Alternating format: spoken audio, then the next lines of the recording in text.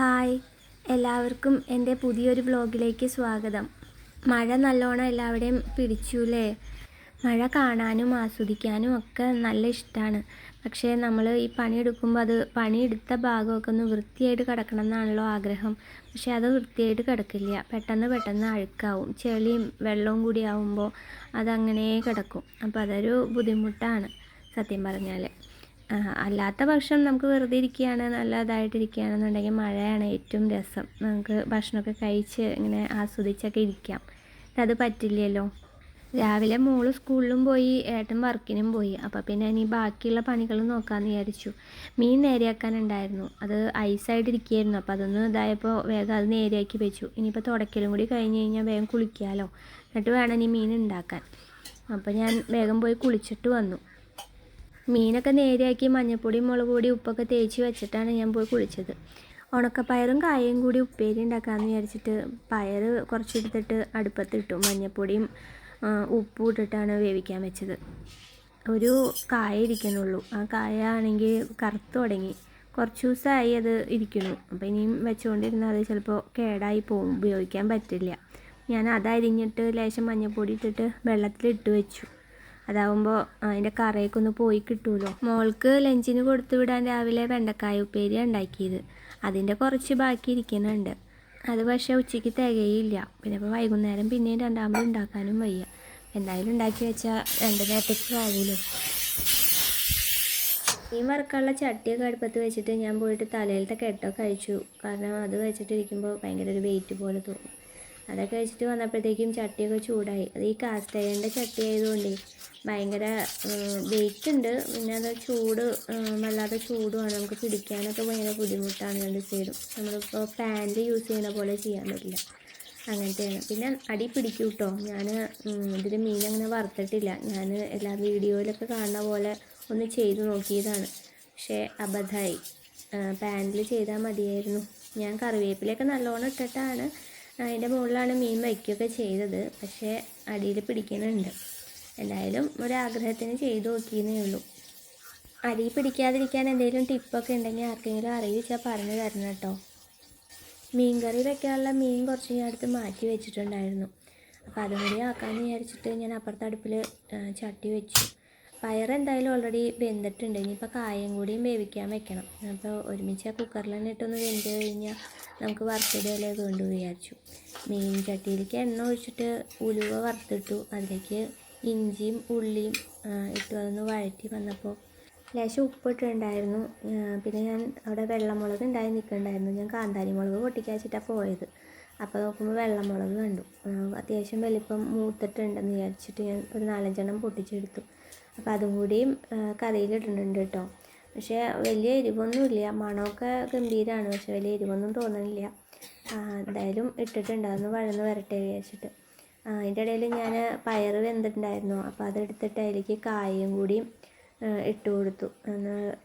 അതും കൂടി വെന്ത് കിട്ടട്ടെ വിചാരിച്ചിട്ട്. കാരണം ഇനിയിപ്പോൾ അത് ഒരുമിച്ച് കുക്കറിൽ തന്നെ വെന്ത് കഴിഞ്ഞാൽ നമുക്ക് വറുത്തിടല്ലേ വേണ്ടു. എളുപ്പം പണി കഴിയും. അപ്പോൾ അതുകൊണ്ട് അതിലേക്ക് തന്നെ എടുത്തിട്ടു. ഉള്ളി വഴന്ന് വന്നപ്പോൾ ഞാൻ അതിലേക്ക് മഞ്ഞൾപ്പൊടിയും മല്ലിപ്പൊടിയും മുളക് പൊടിയൊക്കെ ചേർത്ത് കൊടുത്തു. അപ്പോൾ അതൊക്കെ ഒന്ന് അതിൻ്റെ പച്ചമണം മാറണ വരെയൊക്കെ നല്ലോണം ഒന്ന് ഇളക്കി കൊടുത്തു. അതിൻ്റെ ഇടയിലാണ് ഞാൻ തക്കാളി എടുക്കാൻ മറന്നു പോയത്. തക്കാളി വേഗം പോയി എടുത്തിട്ട് വന്നു. ഇനിയിപ്പോൾ പൊടികളിട്ടിട്ട് അത് കരിയണ്ട വിചാരിച്ചിട്ട് ഞാൻ അതിലേക്ക് ലേശം വെള്ളം ഒഴിച്ചു കൊടുത്തു. തക്കാളി അരിഞ്ഞിട്ട് അത് ഇട്ട് കൊടുത്തിട്ട് ഒന്ന് മൂടി വെച്ചു. അപ്പോഴത്തേക്കും നല്ലോണം തക്കാളി ഒന്ന് വെന്തോളും. തക്കാളി എടുക്കാൻ പോയപ്പോഴാണ് അതിൽ ക്രീം ബണ്ണ് ഇരിക്കുന്നത് കണ്ടത്. കണ്ടു കഴിഞ്ഞപ്പോൾ ഒരെണ്ണം കഴിക്കാൻ തോന്നിയപ്പോൾ ഞാൻ വേഗം ഒരെണ്ണെടുത്ത് കഴിച്ചു. കഴിഞ്ഞപ്പോൾ തക്കാളിയൊക്കെ നല്ലോണം വെള്ളമൊക്കെ വറ്റി ഒന്ന് വഴന്ന് കിട്ടിയിട്ടുണ്ട്. ഇനിയിപ്പോൾ അതിലേക്ക് പുളിവെള്ളം ഒഴിക്കണം. പുളിവെള്ളമൊക്കെ ഒഴിച്ച് അതൊന്ന് തിളയ്ക്കണ വരെ അതൊന്ന് മൂടി വെച്ചു. അതിൻ്റെ ഇടയിൽ മത്തിയൊക്കെ നല്ലോണം മുരിഞ്ഞുണ്ട്. അപ്പോൾ ഞാൻ അത് വേറൊരു പാത്രത്തിലേക്ക് ആക്കിയിട്ട് അതിൽ നത്തൽ വറുക്കാനുള്ളതും കൂടി ഇടാമെന്ന് വിചാരിച്ചു. നല്ലോണം കറിവേപ്പില ഇട്ടിട്ടാണ് ഞാൻ അതിൻ്റെ മുകളിലാണ് നത്തൽ ഇട്ട് കൊടുത്തത്. നത്തൽ മീൻ കഴിക്കാനൊക്കെ നല്ല രസമാണെങ്കിലും അത് നന്നാക്കി എടുക്കാൻ എനിക്ക് നല്ല ബുദ്ധിമുട്ടാണ്. ഒരുപാട് നേരം നിന്നിട്ടാണ് എനിക്കത് നന്നാക്കാൻ പറ്റുള്ളൂ. സംഭവം തലയും വാലും കളയാനുള്ളൂ എന്ന് പറഞ്ഞാലും അങ്ങനെ എടുത്തുണ്ടാക്കി വരുമ്പോഴേക്കും കുറേ ടൈം പോകും. അതിൻ്റെ ഇടയിൽ അരപ്പൊക്കെ നല്ലോണം തിളച്ചപ്പോൾ ഞാൻ വേഗം മീൻ ഇട്ട് കൊടുത്തു. അതൊന്ന് ഇളക്കിയിട്ട് ഒന്ന് അടച്ച് വെച്ചു. കറിയിൽ ചാറ് കുറവായതുകൊണ്ട് ഞാൻ ഇടയ്ക്കിടയ്ക്ക് ഒന്ന് തുറന്നു നോക്കി ഇളക്കിയൊക്കെ കൊടുത്തായിരുന്നു കേട്ടോ. അതിൻ്റെ ഇടയിൽ ഉപ്പ് നോക്കിയപ്പോൾ ഉപ്പ് കുറവുണ്ടായിരുന്നു. അപ്പോൾ ഞാൻ ലേശം ഉപ്പൊക്കെ ഇട്ട് കൊടുത്തു. ഈ ചാറ് കുറവാകുമ്പോൾ പെട്ടെന്ന് തീ വല്ലാതെ കൂടിയിരിക്കുകയാണെങ്കിൽ വറ്റിപ്പോകുമല്ലോ. അപ്പോൾ അങ്ങനെ ചെയ്യേണ്ടതെന്ന് വിചാരിച്ചിട്ട് ഇടയ്ക്കിടയ്ക്കൊന്ന് ഇളക്കിയൊക്കെ നോക്കി കൊടുക്കും. അപ്പം പാകമായിരിക്കണം. അപ്പോൾ ഞാൻ വേഗം മറ്റേ അടുപ്പിലേക്ക് മാറ്റി വെച്ചിട്ട് കുറച്ച് ഉള്ളി മൂപ്പിച്ചിടാൻ വേണ്ടിയിട്ട് ചെറിയ ചട്ടി വെച്ചു. എനിക്ക് വേഗം ചെറിയ ഉള്ളിയാണ് എടുത്തത്. ചെറിയ ഉള്ളി അരിഞ്ഞെടുത്തിട്ട് അതും കറിവേപ്പിലയും കൂടി ഇട്ടിട്ടൊക്കെ ഒന്ന് നല്ലോണം വറുത്തിട്ടു. മീൻകറിയിൽ ഈ ഉള്ളി മൂപ്പിക്കുമ്പോഴാണ് ആ മീൻകറിയുടെ ഒരു മണം വരുന്നത്. അത് കഴിഞ്ഞപ്പോൾ ഞാൻ വേഗം നമ്മുടെ കായും പയറും കൂടി അതൊന്ന് വറുത്തിടാമെന്ന് വിചാരിച്ചിട്ട് ചട്ടി വെച്ചു. അതിലേക്ക് ഉള്ളിയും നേരത്തെ എടുത്ത മുളകിൻ്റെ 2 ബാക്കിയുണ്ടായിരുന്നു അതും ഇട്ടു, കറിവേപ്പില ഇട്ടു. എന്നിട്ട് അതൊന്ന് മൂപ്പിച്ച് അതിലേക്ക് മുളക് പൊടിയും മഞ്ഞൾപ്പൊടിയും ലേശം ഇടിച്ച മുളകും കൂടി ഇട്ടിട്ട് നല്ലോണം വഴറ്റി. അതൊന്ന് വഴന്ന് വന്നപ്പോൾ ഈ വെന്ത പയർ അതിലേക്ക് ചേർത്ത് കൊടുത്തു. അത് നല്ലോണം ഒന്ന് ഇളക്കി ഒന്ന് സെറ്റായി വന്നപ്പോൾ അത് ഓഫ് ചെയ്ത് മാറ്റി വെച്ചു. ആ ചട്ടിയിൽ തന്നെ മീനിൻ്റെ മുട്ടയും കൂടി ഒന്ന് വറുത്തെടുത്തു. പാത്രങ്ങളും കൂടി ഒന്ന് കഴുകി വെച്ചാൽ ഉള്ള പണി കഴിയുമല്ലോ എന്ന് വിചാരിച്ചിട്ട് അതും കൂടി കഴുകാൻ നിന്നു. പിന്നെ കഴുകാമെന്നൊക്കെ വിചാരിച്ച് മാറ്റി വെച്ച് കഴിഞ്ഞാൽ പിന്നെ മടിയാവും. അപ്പോൾ കൈയോടെ അങ്ങോട്ട് കഴുകി കഴിഞ്ഞാൽ ആ പണിയും കൂടി കഴിഞ്ഞുമല്ലോ എന്ന് വിചാരിച്ചു. ഇപ്പോൾ വീതനയും കൂടി ഒന്ന് തുടച്ചിടാമെന്ന് വിചാരിച്ചു. ഇത് കഴിഞ്ഞിട്ട് അതുകൊണ്ട് തുടച്ച് വൃത്തിയാക്കി ഇട്ട് കഴിഞ്ഞാൽ പണി കഴിഞ്ഞു. ഇനിയിപ്പോൾ ചോറുണ്ണാനേ വേണ്ടു.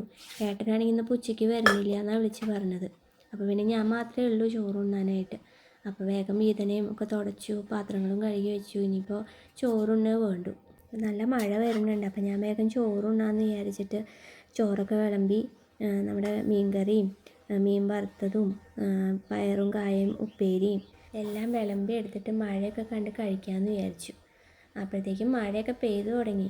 മഴ പെയ്താൽ എന്താ പ്രശ്നം എന്ന് വെച്ച് കഴിഞ്ഞാൽ അവിടേക്ക് നല്ലോണം ചാറ്റലടിക്കും. എന്നാലും അവിടെ ഒരു പച്ചനെറ്റൊക്കെ ഇട്ടിട്ടുള്ളത് കൊണ്ട് ഈ ഭാഗം വലിയ കുഴപ്പമില്ല. ഞാൻ അവിടെ ഇരുന്ന് മഴയൊക്കെ കണ്ട് ആസ്വദിച്ച് ഇന്നത്തെ ഉച്ചഭക്ഷണം അടിപൊളിയായിട്ടിരുന്ന് കഴിച്ചു. ഇത്രയേ ഉള്ളൂ ഇന്നത്തെ വീഡിയോ. ഇഷ്ടപ്പെട്ടു വെച്ചാൽ എല്ലാവരും ഒന്ന് സബ്സ്ക്രൈബ് ചെയ്ത് സപ്പോർട്ട് ചെയ്യണം കേട്ടോ. മറ്റൊരു വീഡിയോയുമായിട്ട് വീണ്ടും കാണാം. ബൈ.